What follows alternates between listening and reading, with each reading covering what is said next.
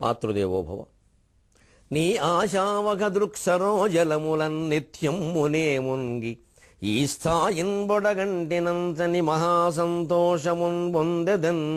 జగన్మాత, నీ ఆశావక దృక్సరోజలములన్నిత్యం మునే మున్గి ఈ స్థాయిన్బొడగంటినంతని మహాసంతోషమున్ పొందెదన్.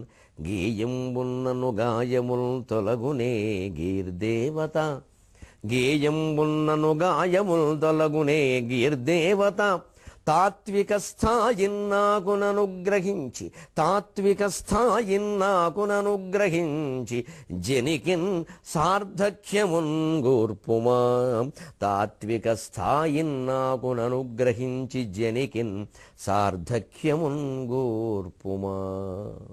ఏబిఎన్ ఆంధ్రజ్యోతి ప్రేక్షక మహాశయులందరికీ నవజీవన వేదం అనే కార్యక్రమంలో 433వ భాగానికి స్వాగతం పలుకుతున్నాం. ఎంతో ప్రయత్నం చేసింది త్రిజట అమ్మవారికి ఉత్సాహం కలిగిద్దామని.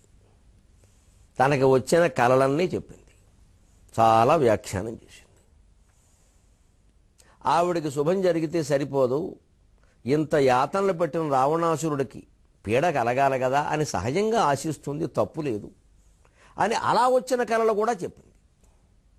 రావణాసురుడు ఉప్పు తింటున్నాను, నేను రావణాసురుడికి వ్యతిరేకంగా మాట్లాడకూడదని ఆలోచించలేదు. ఇక్కడే ధర్మ సంక్లిష్టతో గురించి మనం ఆలోచించాలి. కొంతమంది వ్యక్తులు రామాయణ భారత కాలంలో కూడా అలా ఆలోచించారు. ఇప్పుడు దుర్మార్గుడైనా సరే సింహాసనం మీద కూర్చున్నాడు, ఈయన దగ్గర నేనున్నాను, నేను కేవలం సైనికుణ్ణి, ఆయన ఉప్పు పులుసు తింటున్నాను కాబట్టి ఆయన ఏం చెబితే అది చెయ్యాలి, ఆయన చెప్పేదానికి దేనికి నేను అడ్డు చెప్పకూడదు. ఇప్పటికీ రాజకీయాల్లో ఈ మూర్ఖత్వం ఉంది, లేకపోతే దేశం ఎలా ఉండదు.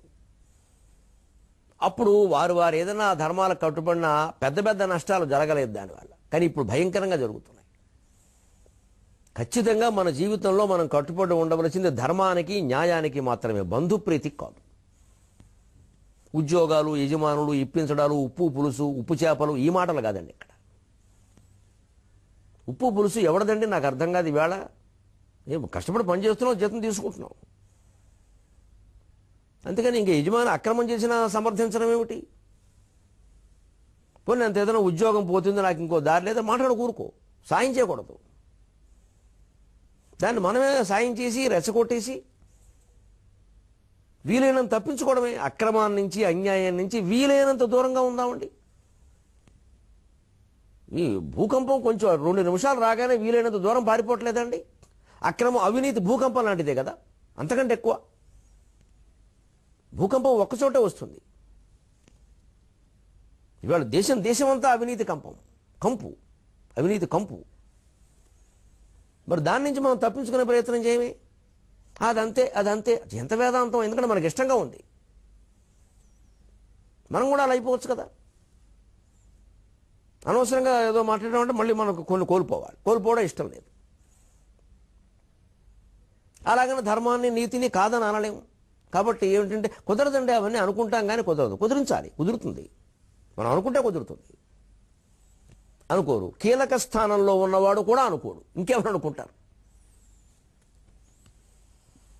అందుకని ఎంత ప్రయత్నం చేసిందో చూడండి. ఆవిడ ప్రయత్నం సఫలమైంది అనుకుంటున్నారు మీరు? లేదండి. ఇప్పుడు గమనించండి, శ్రీకృష్ణరాయవారం విఫలమైనట్టే త్రిజట ప్రయత్నం విఫలమైంది. ఆశ్చర్యకరమైన విషయం ఇది సుందరకాండలో. నూనం సకాలో మృగ రూపధారి పడిపోయింది అమ్మవారు, మళ్ళీ దుఃఖంలో పడిపోయింది. చాలా సంతోషం అమ్మ, చెప్పావు, మంచి కళ్ళు వచ్చే చెప్పు. 2 నిమిషాలండి ఇంత చేస్తే అయిపోయింది. మళ్ళీ మామూలు ధరంలోకి వచ్చేసింది. చచ్చిపోతాను, నే బతకను. సరిగ్గా మానవ జీవిత చిత్రణ కాదండి ఇది. ఎంత సహజంగా మన జీవితాన్ని మన అరచేతుల్లో పెట్టి చూపిస్తున్నాడండి వాల్మీకి మహర్షి. దీని చుట్టూ మహిమలు, మాయలు, పురాణాలు, పుడకలు అల్లేసి బాగాను ఏం అర్థం కాకుండా చేసేసాం. దాన్ని పారాయణ మాత్రం పరిమితం చేశాం. ఇక దీన్ని చదవండి, దాన్ని చదవండి, అదవుతుంది, ఇదవుతుంది, అన్నీ అవుతున్నాయి. దేశంలో తప్పుడు మార్గాలు పోవడంలో, అవినీతి పోవడంలో, కంపు పోవడంలో. తండ్రి స్వయంగా 2 పిల్లల్ని ఊరేసేస్తాడా? ఇదే భారతదేశం. ఓ చెత్త కుండీ ఉంటుందా? ఆ చెత్త కుండీ దగ్గర కాన్వెంట్కి వెళ్ళే పిల్లలు ముక్కు మూసుకుని పెడుతూ ఉంటారా? సంపన్నుల పిల్లలు. ఇంకో పిల్ల అక్కడికి వచ్చి ఆ చెత్త కుండీలో వెతుక్కుంటుందా తిండి కోసం? ఇది నా దేశము పుణ్యభూమి ఇది. అవును, ఈ దృశ్యమే భూమిలోనిది.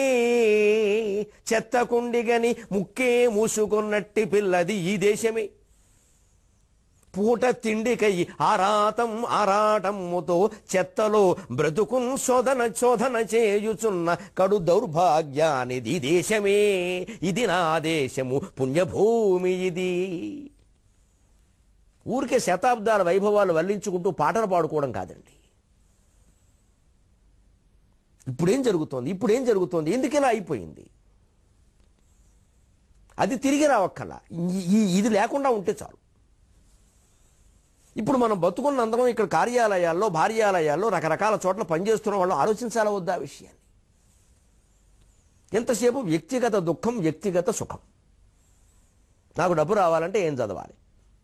మా అబ్బాయి చెప్పిన మాటలు వినట్లేదు, ఏం చెయ్యాలి? మా అబ్బాయి జ్ఞాపక శక్తి తగ్గిపోయింది, మీ దగ్గర తీసుకొస్తాం, ఆశీర్వాదం. నాకేం పని లేదు ఇక్కడ.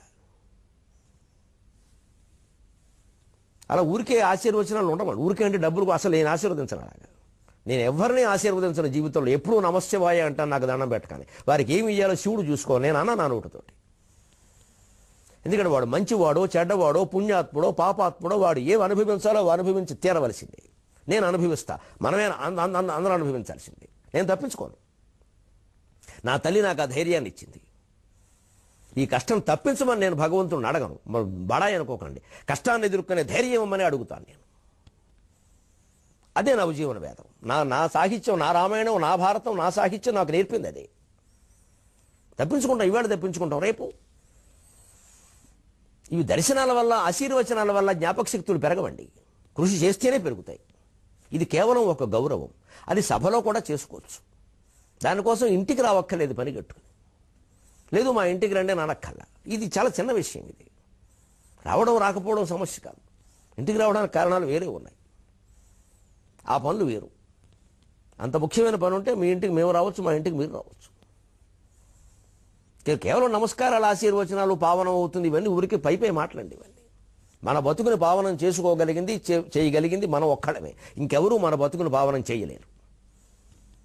ఈ ఆత్మవిశ్వాసం స్థిరంగా రావాలి. సీతాదేవి లాంటి పెద్ద మనిషికి, అంత గొప్ప ఆవిడికి, అవతార స్త్రీ, ఇంతసేపు త్రిజట ఉపన్యాసం ఇచ్చి అన్ని కళలు చెప్పి, రావణాసురుడు చచ్చాడమ్మా, నాశనం అయ్యాడమ్మా, ఇంత భాగవతం అయిందమ్మా, నీకు అన్నీ జరుగుతాయమ్మా, అదిగో పక్షి కూస్తోందమ్మా అని చెప్పాక మళ్ళీ అమ్మవారి ధోరణి ఎలా ఉందంటే, మానవ సహజం అండి ఈ జీవితం. నూనం సకాలో మృగరూపధారి త్రిజట. నువ్వు ఎన్ని చెప్పు, నువ్వు ఇన్ని చెప్పు, నా దౌర్భాగ్యాన్ని నువ్వు పోగొట్టలేవు. పడిపోయింది మళ్ళీ. నూనం సకాలో మృగరూపధారి మామల్పభాగ్యాం లులుభే తదాని. ఆ దుష్ట క్షణాలు, ఆ దుర్మార్గపు క్షణాలు, ఒక్క బలహీనతగా నేను లోనైన క్షణాలు నాకు మళ్ళీ మళ్ళీ మళ్ళీ గుర్తొస్తున్నాయి. ఆ మాయలేడి నాకెందుకు కనపడాలి? దాని మచ్చలు బంగారంలా ఎందుకు మెరియాలి? అవి చూసి నేను బంగారం అనుకుని భ్రమలో పడ్డమేమిటి?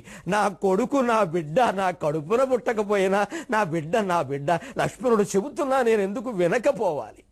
అలాగని పోనీ రాముడు వెళితే, అమ్మా మీ రక్షణ కోసం నేను ఉన్నానమ్మా, మమ్మల్ని అనుమానించకండి అంటే, ఆ బిడ్డని ఎన్ని మాటలు అన్నాను. రాళ్ళెచ్చు కొట్టినా అంత దెబ్బ తగలదే. ఆ బిడ్డని ఎన్ని మాటలు అన్నాను. ఎంత దౌర్భాగ్యం నాది. మామల్పభాగ్యాం లులుభే తదాని. సంస్కృతం తెలిసిన వాళ్ళకండి వాల్మీకి రామాయణంలో ఇలాంటివి చదువుతుంటే ధారగా కన్నీళ్ళు వస్తాయమ్మా. ఆ అర్థాలు తెలవడం మా అదృష్టమో దురదృష్టమో అర్థం కాదు. ఒక్కోసారి చదవలేము, ముందుకు వెళ్ళదు అసలు. అమ్మవారు ఏడుస్తోంది, మన బతుకులు ఏమిటి? నూనం సకాలో మృగరూపధారి మామల్పభాగ్యాం లులుభే తదానీం యత్ర ఆర్యపుత్రం విససర్జ మూఢ రామానుజం లక్ష్మణ పూర్వజం చ.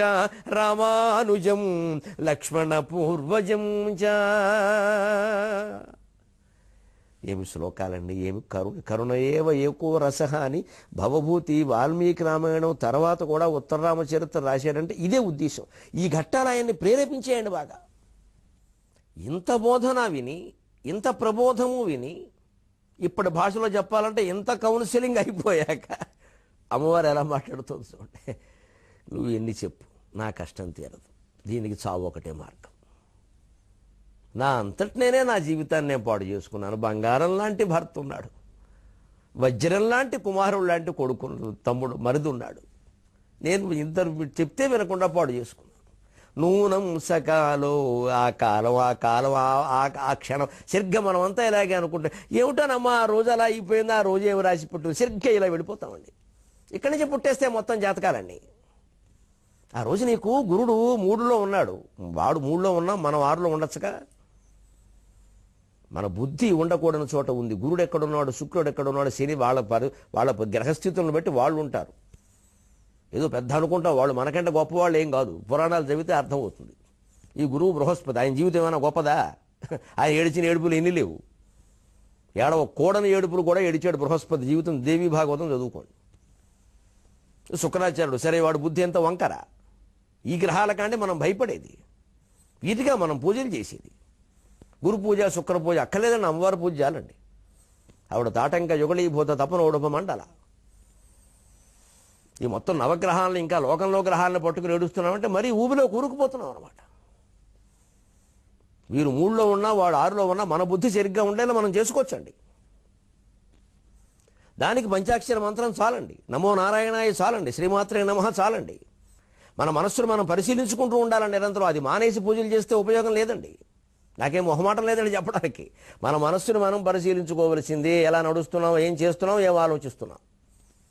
ఇది ఏమీ లేకుండా స్తోత్రాలు, పారాయణలు, పూజలు, స్నానాలు మార్చేస్తాయని కూడా భ్రమ. దేవతల్నే మార్చలేదు, మన్నే మారుస్తాయి. నూనం సకాలో మృగరూపధారి, వాడెవడు ఆ మాయ రూపంలో మృగరూపంలో నా కోసం వచ్చాడు, నా జీవితాన్ని పాడు చేయడానికి వచ్చాడు.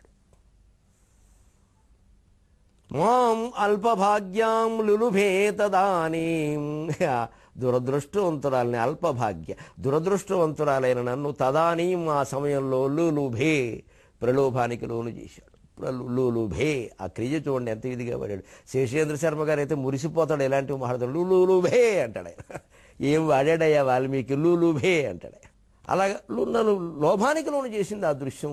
వాడు గెలిచాడు, నేను ఓడిపోయాను. ఎటువంటి వాళ్ళని నేను కోల్పోయాను. ఎత్ర ఆర్యపుత్రం విసర్జ్య మూఢురాలినై అజ్ఞానంలో పడి ఆ లేడీ ఏదో అనుకుని దానికి ఉన్న మచ్చలు నిజంగా బంగారం అనుకుని అవి ఏవో మెరుస్తాయి అనుకుని అవి పెడితే పర్ణశాలలో వేరే దీపాలు కూడా అక్కర్లేదనుకుని రత్నాలని వజ్రాలని లక్ష్మణుడి మాటల్ని కాదని నా భర్తని పురికొల్పి పంపించానే. నా జీవితాన్ని నేను పాడు చేసుకున్నానే. 13.5 ఏళ్ళు శుభ్రంగా గడిచిన జీవితం 6 నెలల్లో ఎంత మారిపోయింది. 13.5 ఏళ్ల సుఖంలో ఇప్పుడు ఒక్కటి కూడా గుర్తు రావడం లేదే. ఊర్మిళ నా చెల్లెలు ఎంత దుఃఖపడింది లక్ష్మణుడిని విడిచిపెట్టి. మాండవి, శృతకీర్తి, భరత శత్రుఘ్నుల భార్యలు ఎంత వియోగాన్ని అనుభవిస్తున్నారు. వాళ్ళు పక్క అక్కడ భరతుడు దీక్షలో ఉన్నాడు, ఆవిడకి ఏ సుఖం ఉంది కనుక. భరతుడు అనుభవించిన సుఖాలు ఇవి శత్రుఘ్నుడు అనుభవించడు. అందుకని నా చెల్లెళ్ళు ఎవరికీ ఏ సుఖము లేదు. కానీ వాళ్ళకంటే నేను 13.5 ఏళ్ళు భర్తతో అన్ని సుఖాలు అనుభవించానే. నేను నా జీవితాన్ని నేను పాడు చేసుకున్నాను. ఇది ప్రతి మనిషి దుఃఖం అండి. అదే సీతాదేవి దుఃఖంగా వాల్మీకి రాశాడు. అందుకే రామాయణాన్ని మానవీయమైన కావ్యంగా, మానవ జీవన సారంగా చదవాలి. అప్పుడు దీంట్లో ఉండే మహిమ కూడా అర్థమవుతుంది. మనము మహిమాన్వితులం అవుతాం. ఈ చదవడంతోనే మహిమ వచ్చేస్తుంది అనుకోకూడదు. అవగాహన చేసుకుంటేనే ఏదైనా సరే. మాం అల్పభాగ్యాం లులుభే తదాని ఎత్ర ఆర్యపుత్రం విసర్జ్య మూర్ఖురాలనై, ఆర్యపుత్రుణ్ణి అటువంటి రాముణ్ణి విడిచిపెట్టి వచ్చేసానే. ఆ పరిస్థితి నేనే తెచ్చుకున్నానే అని. ఇప్పుడు ఏముంటుందో ఆ నదమ్ములు నిజంగా వాళ్ళ అనుబంధం. ఆ శబ్దం చూడండి వాల్మీకి వాడింది. వాళ్ళ అనుబంధం ఎటువంటిదో. రామానుజం లక్ష్మణ పూర్వజం చ. ఆర్యపుత్రం అని ఏకవచనం వాడండి ఇక్కడ. రామానుజం లక్ష్మణ పూర్వజం చ. రామానుజం లక్ష్మణ పూర్వజం, రామునికి అనుజుడైన లక్ష్మణుణ్ణి. లక్ష్మణ పూర్వజం, లక్ష్మణుడికి అన్నగారైన రాముణ్ణి. ఇది విచిత్రమైన ప్రయోగం. ఇదేమిటండి, నేరుగా రామంచ లక్ష్మణశ్చ అయిపోయింది. అలా అయితే ద్వంద్వ సమాసం అవుతుంది, కవిత్వం కాదు. కవిత్వ ప్రయోగాలు ఎలా ఉంటాయి. ఆ భావోద్వేగంలో ఆ అమ్మవారు ఏమంటుంది అంటే ఎంత అనుబంధం వాళ్ళకి. ఆయన్ని చెబితే, లక్ష్మణుడిని చెబితే, లక్ష్మణుడు అంటే ఒప్పుకోడు. రాముడు తమ్ముడని చెప్పమ్మా అంటాడు. ఆనందం. రాముడు తమ్ముడని చెప్పమ్మా, లక్ష్మణుడు ఏమిటి? ఎందుకంటే మనకి బంధువర్గంలో చూడండి పేరెట్టి పిలవకూడదు. బంధువర్గంలో ఏమిట్రా మావయ్య అనుకున్నాను పేరేమిట్రా అంటారు వెంటనే. పెద్దవాళ్ళు అనేవారు పూర్వం, ఇప్పుడు అన్న మానేశారు. వెనక భార్యనే పేరెట్టి పిలిచేవారు కాదు. పూర్వం మా ఇళ్లలో చాలామంది ఆడవాళ్ళ పేర్లు మాకు తెలియదు, ఎందుకంటే ఆ పేరెట్టి పిలవడం ఎవరిని మేము చూడలేదు. మావయ్య గారు తాతయ్య గారు ఏమిటో కులాల భేదాలు కూడా లేవండి. విచిత్రంగా వేరే కులం వాళ్ళు కూడా మా ఇంట్లో మా అమ్మగారిని మా నాన్నగారిని పెద్దమ్మ గారు పెద్దనాన్నగారు అనేవారు. వాళ్ళని మేము పిన్ని బాబాయ్ అనేవాళ్ళం. వాళ్ళు వేరే కులం వాళ్ళు అసలు. కానీ ఆ అనుబంధాలు అలా ఉండేవి పల్లెటూళ్ళలో. ఇప్పుడు ప్రతివాడికి పేరు, దానికో మళ్ళీ ఆ పేరుకి మళ్ళీ ఓ నిక్కునేము, దానికి మళ్ళీ ఏదో అన్నాం. శుభ్రంగా శ్రీనివాసుని పేరంటే సీనిగాడు అన్న. ఎందుకు వచ్చిన గొడవ? ఎందుకంటే మావయ్యో బావో బావుండ్లా. కానీ ఆ పేరు పెట్టకుండా చూడండి, రామానుజం రాముని తమ్ముణ్ణి, లక్ష్మణ పూర్వజం చ లక్ష్మణుని అన్నగారు. ఇదేమిటి రాముణ్ణి లక్ష్మణుని అంటే సరిపోయేదని. అంటే వాళ్ళ మధ్య అనుబంధం అటువంటిది. రాముడు ఎప్పుడు లక్ష్మణుని అన్నగారిని అనుకుంటే చాలా ఆనందిస్తాడు. లక్ష్మణుడు ఎప్పుడు రాముడు తమ్ముణ్ణి అంటే చాలా ఆనందిస్తాడు. అన్నదమ్ములు అలా ఉండాలి, అక్క చెల్లుళ్ళ అనుబంధాలు అలా ఉండాలి, భార్యాభర్తల అనుబంధాలు అలా ఉండాలి, ఒకరి కోసం ఒకరు అన్నట్టుగా ఉండాలి. అందుకే అన్నదమ్ముల మధ్య అంత అనుబంధం ఉండబట్టి సీతాదేవి అన్ని మాటలు అనకూడని మాటలు లక్ష్మణుణ్ణి అన్నా రాముడికి ఆ మాటలో ఒక్కటి కూడా చెప్పాల, చిట్ట చివరి వరకు చెప్పలేదు, ఎప్పుడూ చెప్పాల. అలాగే దిగమింగేశాడు లక్ష్మణుడు. ఎప్పుడైనా కాస్త కోపం వస్తే చెప్పేకూడదు, ఓ మీ ఆవిడ మా ఆవిడ అంటున్నావు అస్తమానం, మీ ఆవిడ ఏమని తెలుసా నన్ను అని చెప్పేచ్చే, మనమైతే చెప్పేస్తాం. ఎందుకు చెప్పలేదు? అమ్మో అన్నగారికి ఆ మాటలు చెబితే వదిన గారిని ఏదో అంటాడు, వాడు సంసారం ఇబ్బంది అవుతుంది, మనం చెప్పకూడదు. ఎంత సంస్కారం అండి ఆ లక్ష్మణుడికి. ఇది ఆలోచన. అలా అలా ఆలోచించమని మన కావ్యాలన్నీ చెబుతున్నాయి. సరిగ్గా మీకు భాగవతంలో చిత్రమైన విషయం, దశమస్కంధంలో అనిరుద్ధుడు వివాహం జరుగుతుంది. శ్రీకృష్ణుడు మనువడు, అతని వివాహం జరుగుతుంది. అతనికి ఎవరిని ఇస్తారంటే విచిత్రంగా రుక్మి మనవరాలను ఇస్తారు. రుక్మి కూతుర్ని, ఇంత శత్రువైనా కూడా రుక్మి కూతుర్ని మళ్ళీ కృష్ణుడు కొడుకు ఇచ్చారు ప్రద్యుమ్నుడికి. ఎందుకు ఇచ్చావని రుక్మిని అడిగారు. మా చెల్లెలు సంతోషిస్తుందని ఇచ్చానన్నాడు. రుక్మి ఏం పూర్తిగా దుర్మార్గుడు ఏం కాదు. మా చెల్లెలు సంతోషిస్తుంది, ఏదో పెళ్లినాటి గొడవ, ఎంతకాలం మా చెల్లెలు సంతోషిస్తుందని ఇచ్చానన్నాడు. ఇచ్చాడు. రుక్మి కూతురు రుక్మావతి అనే ఆవిడని ప్రద్యుమ్నుడికి ఇచ్చాడు. వాళ్ళకి పుట్టినవాడే అనిరుద్ధుడు. ఆ అనిరుద్ధుడికి మళ్ళీ ఈ రుక్మి మనవరాలను ఇచ్చారు. రుక్మి మనవరు అంత దగ్గర పొందు. ఇంత చిత్రం ఏం జరిగింది? రుక్మి అనిరుద్ధుడి వివాహంలోనే రుక్మి వధ జరిగింది.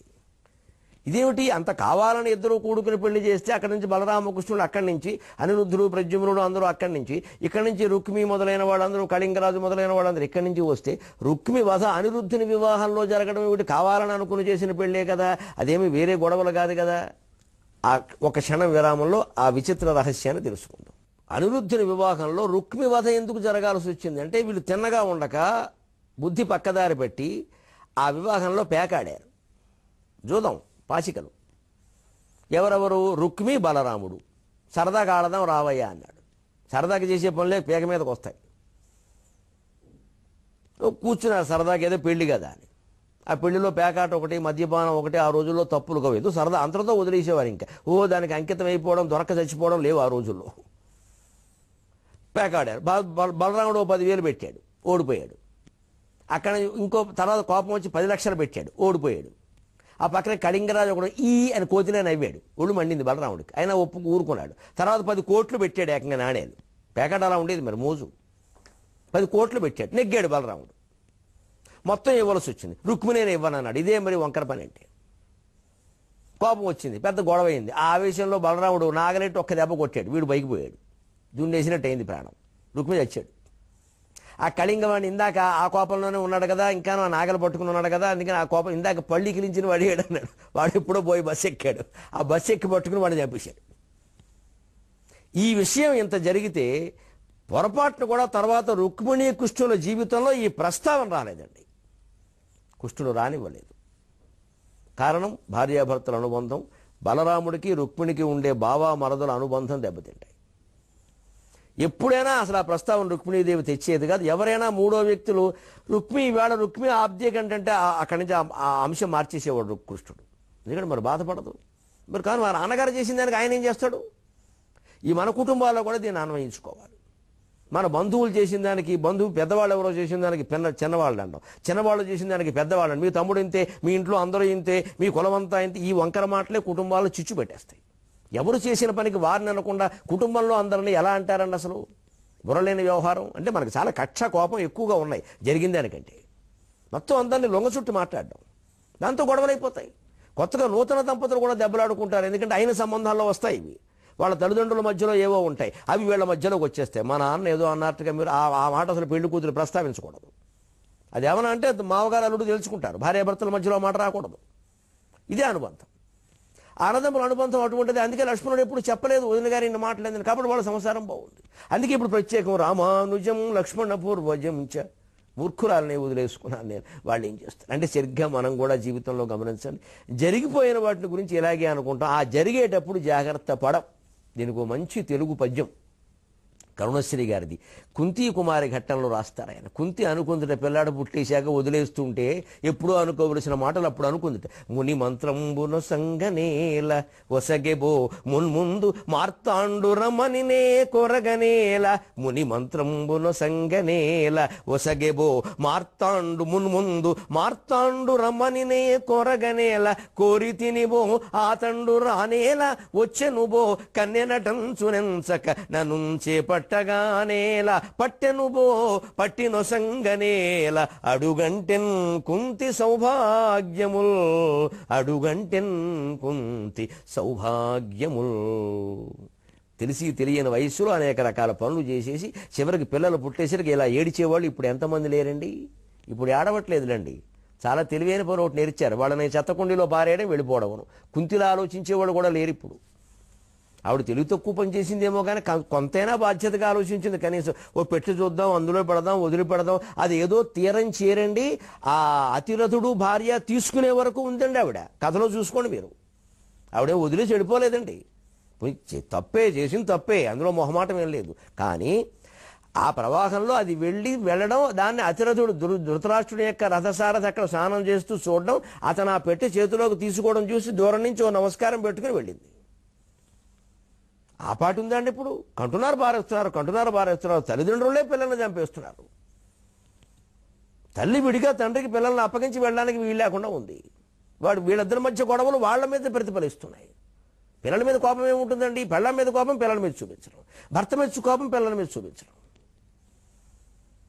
కన్న తల్లి స్వయంగా రాటేట్టు కొట్టి పిల్లల్ని చంపేయడం, తల బాధేసేయడం, తప్పదాగేసి, రకరకాల వ్యసనాలు, రకరకాల బంధాలు. ఏమి యుగం, ఏ కాలంలో బతుకుతున్నాం? అసలు వార్తలు చూడాలంటే భయంగా ఉంది. ఏ వద్దురా బాబు అనిపిస్తుంది అంతే. అసలు ఈ యుగంలో ఎంత అవసరం లేదా చేసేస్తామా, ఆ తర్వాత ఆలోచించుకోవడం. అందుకే కుంతి బాధపడుతుంది. ముని మంత్రంబోనొసంగానే ఇలా, ఆ దుర్వాసుడికి ఏదో సేవ చేశాను, నేను ఏమైనా ఆశించానా, ఏమన్నా ఆయన ఏదో మంత్రోపదేశం నాకు ఎందుకు ఇవ్వాలి? అసలు ఒసగేబో మున్ముందు మార్తాండు రమ్మనినే కోరగనే ఇలా, ఆయన ఏదో ఇచ్చాడు, పోనీ అంత సేవ చేయించుకున్నాడు కాబట్టి ఆ బ్రాహ్మడు ఏదో ఉపకారం చేద్దామని ఇచ్చాడు. ఆయన ఎందుకు ఇచ్చాడు గమనించండి. ఎందుకు ఇచ్చాడు? భవిష్యత్ జీవితం తెలుసు. కన్నుండి కంటుంది, కన్నుండి పారేస్తుంది, ఈ సమస్య కాదండి దుర్వాసుడి యొక్క త్రికాల వేతృత్వం అంటే. ఆవిడికి తర్వాత పాండురాజుని పెళ్లి చేసుకున్నా కూడా పాండురాజుకు రాబోయే శాపం కారణంగా ఆయన వల్ల ఈవిడికి సంతానం కలిగే యోగం లేదు. ఈవిడ దేవతానుగ్రహం వల్ల కలగవలసిందే, అంటే మంత్రం ఉండాల్సిందే. ఇంత ఆలోచించి దుర్వాసుడు ఇస్తే, ఆ తర్వాత ఎప్పుడో పెళ్ళైన తర్వాత నిజంగా సంతానం యోగం లేకపోతే ఉపయోగించుకోవలసినటువంటి దేవతా మంత్రాన్ని ముందే ఉపయోగిస్తారండి. బాలసూర్యుని చూసింది మోజులో పడింది. సరే, పురాణాల్లో బాలసూర్యుడు, ఇప్పుడు బస్టాండ్లో వాడు మోజు ఒకటే. మోజులో పడ్డాక ఏదైనా ఒకటే, జీవితాలు ఒకటే. కనీసం ఆవిడకి పారేయడానికి నది పెట్టే దొరికే మనకే ఉన్నాయి, చెత్తకుండి తప్ప. పిల్లలు అన్యాయం అయిపోవట్లేదండి. వాళ్ళనంత క్షోభ పెట్టే అధికారం మనకి ఎక్కడది? జన్మ జన్మలు కట్టి కుడుపుతుంది. పసిపిల్లల్ని పారేస్తున్న వాళ్ళకి హెచ్చరిక చేసి చెబుతున్నా, మన దంపతుల కష్టాలకు ఎప్పుడూ పిల్లల్ని బలి చేయకూడదు. కనీసం పిల్లల కోసమైనా అన్ని రకాల విషయాలు సర్దుకుని ఉండాలి పిల్లల కోసం. అయితే వాళ్ళ జీవితాలు నాశనం అయిపోతాయి. మీరు ఇంకో పెళ్లి చేసుకోవచ్చమ్మా, మీరు ఇంకో పెళ్లి చేసుకోవచ్చు నాయన. ఆ పిల్లలకి ఇంకో తల్లి తండ్రి ఎలా వస్తారండి? వాళ్ళు ఇంకో తల్లిలో తమ తల్లిని చూడగలరా? తమ తల్లి బతుకుండగా ఇంకో తండ్రిని చూడగలరా? ఇవాళ ఆ కర్మ కూడా పట్టింది చాలామంది పిల్లలకి, పెద్దవాళ్ళ కారణంగా. ఎందుకు వస్తున్నాయండి మన వాంఛలు, మన వ్యామోహాలు ఇలా ఎందుకు తయారవుతున్నాయండి? అంతా భక్తులమే. మళ్ళీ అంత కార్తీక మాసం వస్తే మొత్తం గుళ్ళల్లోనే ఉంటారు. గుడి నిండా నూనె నిండా దీపమే. పనులు చేసేది మళ్ళీ వీళ్ళే బయటకు వచ్చి పోటీలు పట్టి పెట్టేస్తున్నారు మొత్తం. అంటే ఏమిటి? పైకి లోకంలో అంతా మనకి పెద్ద దీపాలు గొప్ప వాళ్ళ కింద కనపడాలి. మన వాళ్ళు చాలా భక్తిగా ఉంటారండి, ఇంత పిండి కట్టి పెడతారండి, కక్షాపూస కడతారండి, ఆ పంచలే కడతారండి, ఎప్పుడు కూడా కండువాలు వేస్తారు అని గొప్పగా ఇంత ప్రదర్శన. ఓ కార్తీక మాసం అంతా ఉపవాసాలేనండి. ఆ ఉపవాసం లోపల జరగాలి, బయట కాదు. బయట పెద్ద విషయం కాదు. ఈ పూజ మన ప్రవర్తన మార్చినప్పుడు దేనికంటే ఆ పూజ? భగవంతుడికి మన నాటకాలు తెలియవా? ఆయనంత అమాయకుడా? ఆత్మవంచన చేసుకుంటున్నామండి రకరకాల భక్తి పేరు మీద. పైకి కనిపిస్తున్నాం భక్తి పనులుగా, మనం నిజంగా ఉండట్లా. నిజంగా ఉంటే ఇలాంటి పనులు జరుగుతాయండి సమాజంలో. అసలు మహానేరాలు చేయడమా? దేవాలయాల్లోకి వెళ్ళి దండాలు పెట్టుకుంటారు. పేపర్లో చూసాం, చంపేసేట ఉన్నాం, 24 లక్షలు కొట్టేసేట. శ్రీశైలం వెళ్ళి శివుడి దగ్గర కూర్చున్నట్ట. మరే శివుడు అమాయకుడు, వీడిని కాపాడతాడు అక్కడ. ఎంత విచిత్రం అండి. అందుకని ఇలాగే ఉంటుంది. ఎందుకు ఇచ్చాడు పో, ఇచ్చాను నేను ఎందుకు కోరాలి, వసగపో ఆతండు రానేలా మరి రాడేమిటి? వచ్చాను పో కన్యనంచు నెంచగన నుంచే పట్టగానేలా. మరే ఈ మాంచి కలిగిన వాడు నువ్వు కన్యమేనా అని అడుగుతాడా? వాడి సరదా వాడిది. దేవతలు పక్కనట్టండి, మానవ సహజమైన విషయాలు కదా. పట్టినబో పట్టినోసం, మరి జరిగే కదా జరగదేమిటి? పట్టినబో పట్టినోసంగానే అడుగంటేనే కొంత సౌభాగ్యం. అయిపోయింది నా జీవితం. ఇంత విచిత్రంగా పురాణ పాత్రలు మనకి ఏం చెబుతున్నాయి అంటే, ఆ క్షణం వచ్చినప్పుడు దృఢంగా ఉండండి, దిట్టంగా ఉండండి, ఆలోచించండి, మనస్సును చెరించనివ్వకండి, వ్యామోహంలో పడకండి. తర్వాత ఎంత దుఃఖించినా కోల్పోయిన జీవితం మళ్ళీ రాదు. అది నవజీవన వేదం కావాలి అంటే సుందరకాండ ద్వారా మనం ఈ సందేశాన్ని అందుకోవాలి, అవగాహన చేసుకోవాలి, అన్వయం చేసుకోవాలి, ఆచరించాలి. మళ్ళీ 23:30 గంటల్లో కలుద్దాం. అంతవరకు తెలుగులో మాట్లాడదాం.